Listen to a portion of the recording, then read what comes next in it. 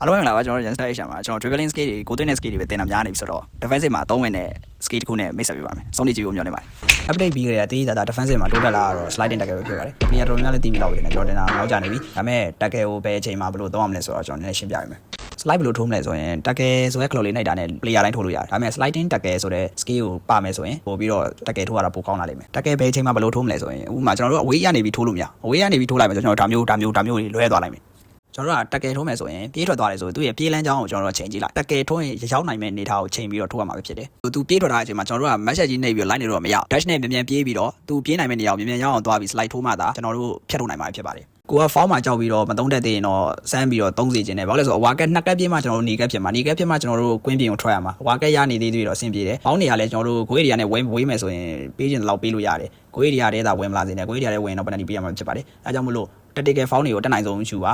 ကျွန်တော်ပြောသူကြိုပြီးတော့ slide ထိုးပါအဲ့ဒါဆိုရင်တော့ပို့ပြီးတော့ defensive လောက်ရတာပို့ပြီးအဆင်ပြေမယ်အခုဆိုပြေးထွက်တဲ့လူတွေရမ်းများတယ်ပြေးထွက်တဲ့ player တွေတော်တော်များလာပြီ player of the week ကောင်းနေရဆိုစုပြေးထွက်နေတာဆိုတော့ကျွန်တော်တို့ဒီ tackle ကလည်းအသုံးဝင်တဲ့လက်နက်တစ်ခုဖြစ်လာလိမ့်မယ်ဟုတ်ပါပြီဒီနေ့ video တော့လောက်ပါပဲအဆုံးထိကြည့်ပေးရတဲ့အတွက်တယောက်ချင်းစီတိုင်းအောင်ကျေးဇူးတင်ပါတယ်ကျွန်တော်အကောင်းမှာ e-football ကောင်းနေရောင်းတာဝယ်တာလဲတာလာလို့ရပါတယ်